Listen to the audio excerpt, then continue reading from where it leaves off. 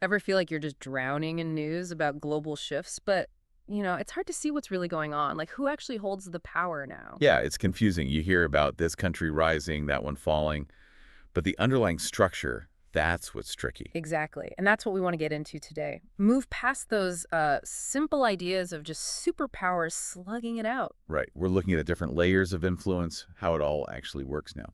So, the mission for this deep dive, unpack those layers. We're using a really interesting TED Talk as our guide here, trying to give you a clearer picture, sort of a shortcut to understanding these new dynamics shaping things. Yeah, the speaker, Ian Bremmer, he pinpoints three big reasons why things shifted away from that, U.S.-dominated world after the Cold War. Okay, what are they? Well, first, Russia never really integrated properly into the West system. That caused friction. Right. Second, China developed, but on its own terms. It didn't just become a richer version of us. It's different.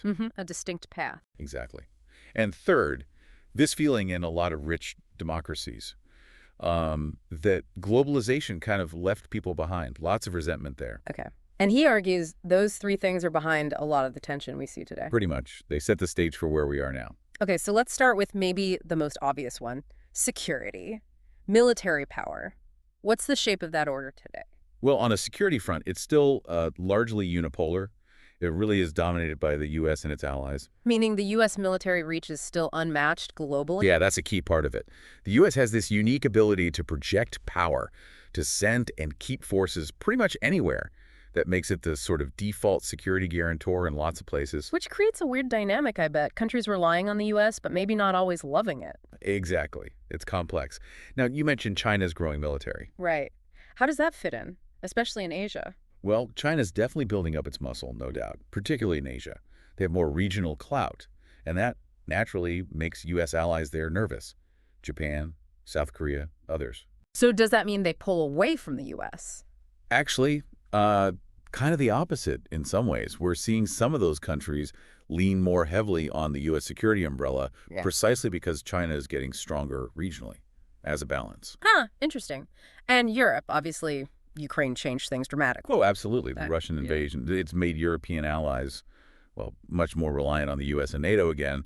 It really reinforced that bond. And Russia's own military. Significantly weakened. I mean, the losses in Ukraine, the sanctions, their conventional military strength has taken a huge hit, which again kind of strengthens that unipolar security picture, at least for now. So despite all the talk about a multipolar world emerging, when push comes to shove on security, it's still largely a U.S.-led show. For now, yes.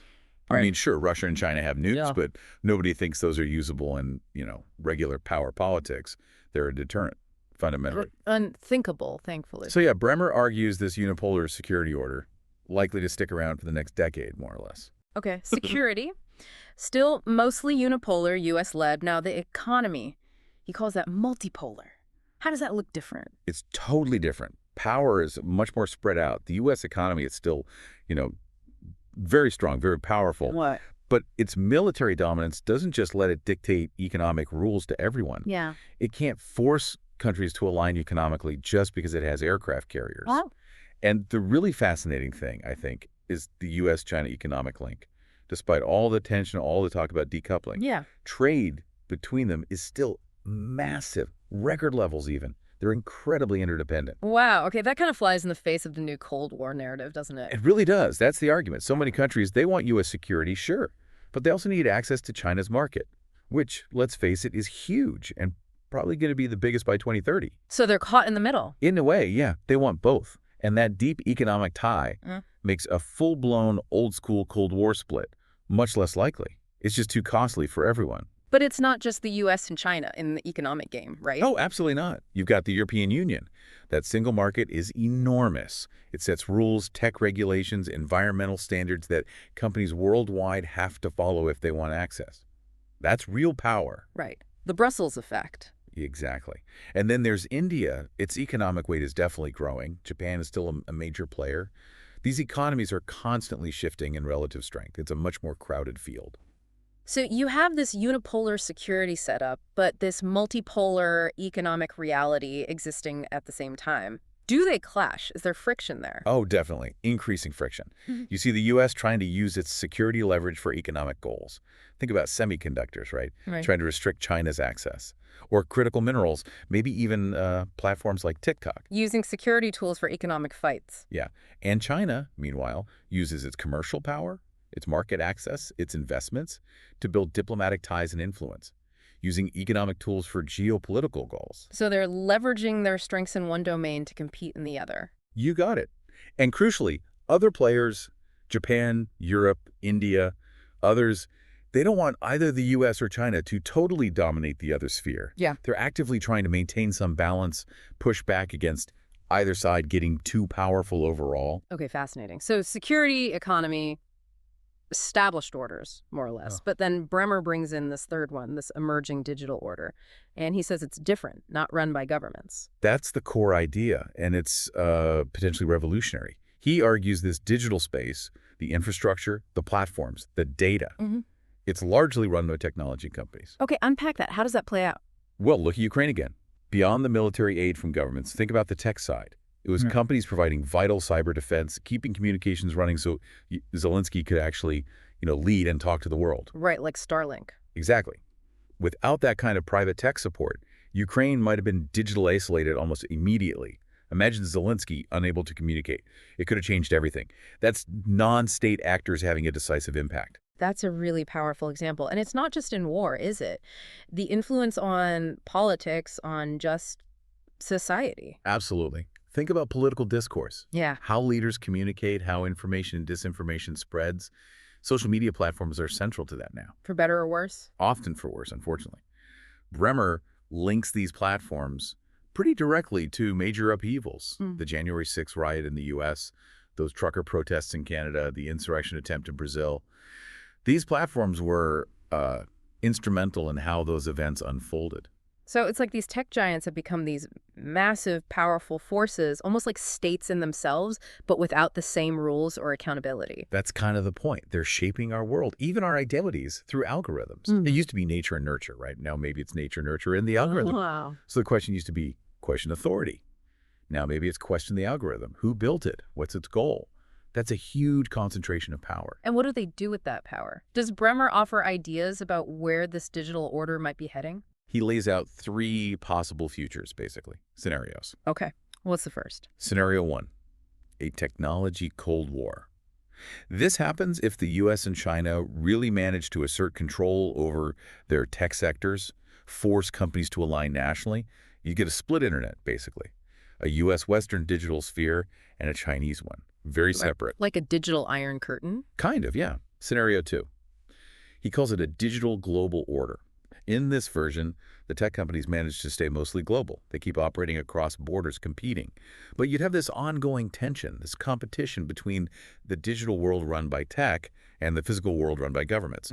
A new kind of globalization, driven by data and platforms. Okay, so still global, but maybe messy. What's the third one? The third one is maybe the most radical. He calls it a technopolar order.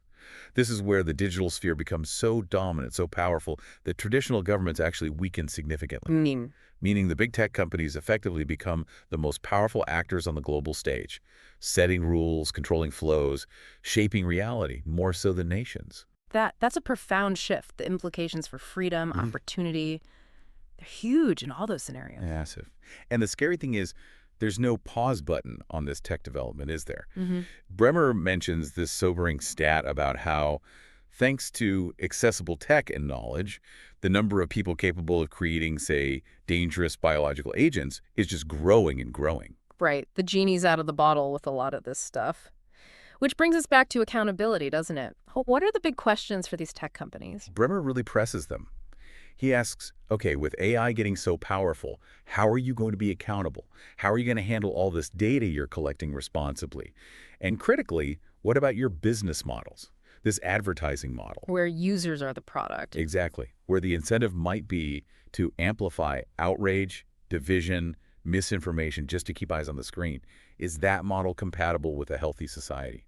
He makes a really sharp point comparing the U.S. historically, exporting democracy or trying to, versus now being a primary exporter of tools that can actually undermine democracy. It's a stark contrast. And that leads to his final challenge, really, Yeah. aimed directly at the leaders of Silicon Valley and other tech hubs. He basically asks, are you okay with this? Are you okay with being the source of tools that are causing these problems? And if not, what are you going to do about it? Hmm. A heavy question. So, wrapping this up then, we're looking at a world with these three distinct but overlapping layers. Yeah, you've got the security order, still largely unipolar, U.S.-led. Then the economic order, much more multipolar, lots of players, lots of interdependence, especially US-China. Right, and then this third layer, the digital order, which is still emerging but incredibly powerful, and crucially, driven largely by tech companies, not states. And the power of those tech companies is maybe the piece we underestimate the most in everyday discussions about global affairs. I think so. Their influence is just immense, and it operates differently from traditional state power. It certainly gives you a different framework for thinking about things. Okay, so maybe the final thought to leave everyone with, building on Bremer's challenge. If these tech companies wield so much power, often in ways we don't fully see, what's our role? What responsibility do we, as individuals using these platforms, as citizens, have in trying to shape where this all goes? How do we push for a future we actually want? That's the big question, isn't it? It's not just up to them or governments. It involves us too. Definitely something to keep thinking about.